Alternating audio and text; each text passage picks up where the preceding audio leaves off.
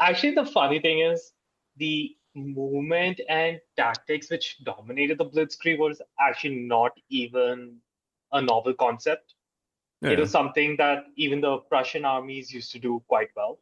of course. You just it's just the means changed, but it still was the essence of pincer movement and envelopment in a kettle. Uh, I can't recall Kaiserschlaf, I think it is used to call like you get them into it's or the cauldron battle as they used Yes, to yeah, call the it. quadrant battle, yeah. So the it was still the same thing, Yeah. just But it's also the because means changed. unlike the British and the French, the Germans fought in the Western Front, but during World War One, they also fought in the Eastern Front. The Eastern Front, it wasn't trench warfare. It was wide open space, Open. very mobile. So they got the best of both worlds when it came to experience. And they realized, yeah, what we were doing in the East particularly could be used against the West, and they wouldn't see it coming. And lo and That behold, was yeah, that is where the famous stormtroopers tactics were developed. exactly. I mean, proof is in the pudding when it came to the collapse of France. But this potential war with Germany, they thought it probably would escalate somewhere like in the French West Indies. And that technically is still, it's definitely in the American zone of interest, being in the Caribbean and all. So, they planned for strategies like a naval blockade of Germany, for greater naval development, troop movements to defend, their territories, to prevent the Germans from getting a foothold in the Caribbean, let alone if they had the ambition to land in America. That would be pretty wild. I mean, it's like man in the high castle scenario, I guess. But yeah, that was kind of their idea. It was very defensive.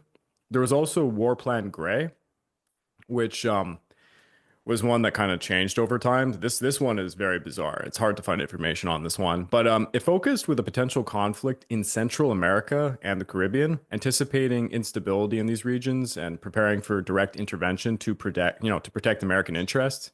This is, coming in the time like when Teddy Roosevelt was around and the United States was definitely an empire, abusing Latin America for all of its resources, needless to say.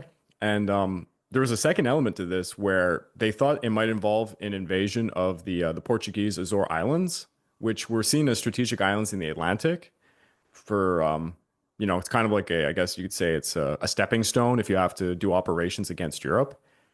Very peculiar to think of the invasion of what is just a beautiful little set of islands.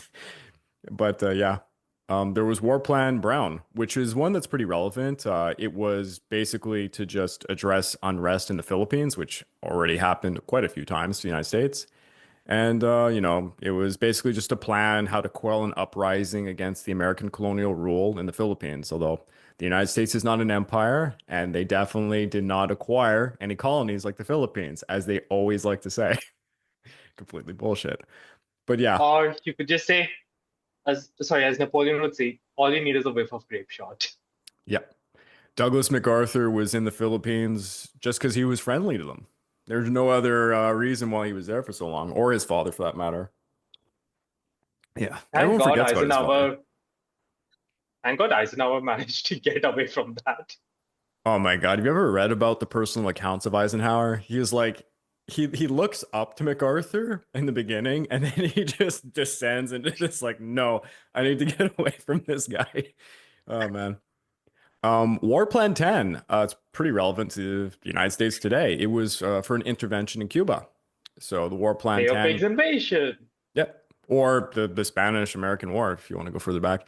War Plan 10 Yeah. was focused on the potential intervention in Cuba, particularly in response to political instability or threats to American investments in the region. I have no idea what that could be about. I'll ask Fidel Castro.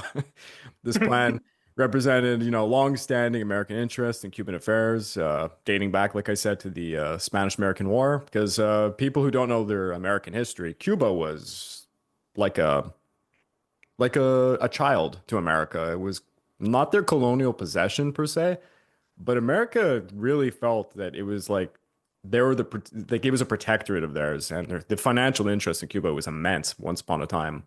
Quite tragic, the history between those two countries, which is weird as a Canadian because it's one of our vacation destinations of choice. So, you know, we go over there. I can buy Cuban cigars, which I happen to really like, by the way, all the time, but that's like illegal for Americans and stuff. Yeah. Damn. Yeah. But you know what? The Dominican also makes great cigars. I'll say that. And then we Every come time I up. just think of cigars, I'm just thinking of like, Tintin and such. Oh, yeah, yeah. We come up now to the main one, which is War Plan Red. So if you're watching this on YouTube, just look at the map as I say this, because War Plan Red was intricate and it had a lot of specific subvariants for all the British dominions. So if you look on the map, the crimson color is Canada, ruby color is India, scarlet is Australia, garnet is New Zealand, emerald is, well, at the time was the Irish Free State, which has obviously changed now. And each subvariant outlined strategies for, potential conflicts or defensive measures against these regions. And it reflected the American apprehensions about British imperial expansion and the dynamics of international relations. We're going to go back into War Plan Red, but I want to just talk about the other ones. The one I know the most about, obviously, is War Plan Orange, which was a conflict with Japan. It was developed in anticipation of, obviously, a potential conflict with Japan, and it included naval strategies and troop deployments designed to counter Japanese expansion within the Asia Pacific.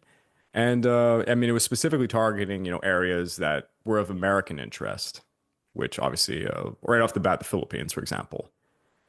Now, what's interesting is War Plan Red and Orange also saw a combined version of this plan called War Plan Red Orange, which was How, America. Oh, I'm yeah. sorry, just wow, great naming.